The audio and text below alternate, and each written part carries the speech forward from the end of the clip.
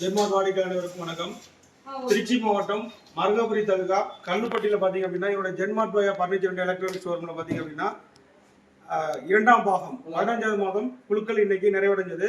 அதில் பார்த்தீங்க அப்படின்னா 6402 கவிதா பெற்றோர் பேர் வந்து பார்த்தீங்கன்னா பாண்டித்துறை குளவாய்ப்பட்டியில் வடத்தரு பார்த்தீங்கன்னா அப்படின்னு பார்த்தீங்கன்னா MDF 3 டோர் பீரோவில் உங்களுக்கு ப்ரைஸாக வந்திருக்கு. ஓகேங்களா?